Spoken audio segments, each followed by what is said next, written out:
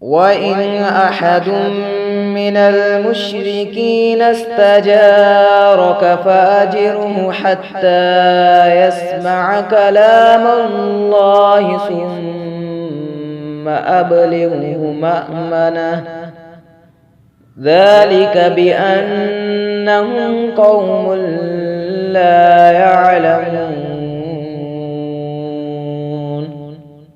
اگر مشرکوں میں سے کوئی تجھ سے پناہ طلب کرے تو تو اسے پناہ دے دے یہاں تک کہ وہ کلام اللہ سن لے، پھر اسے اپنی جائے امن تک پہنچا دے، یہ اس لیے کہ یہ لوگ بے علم ہیں۔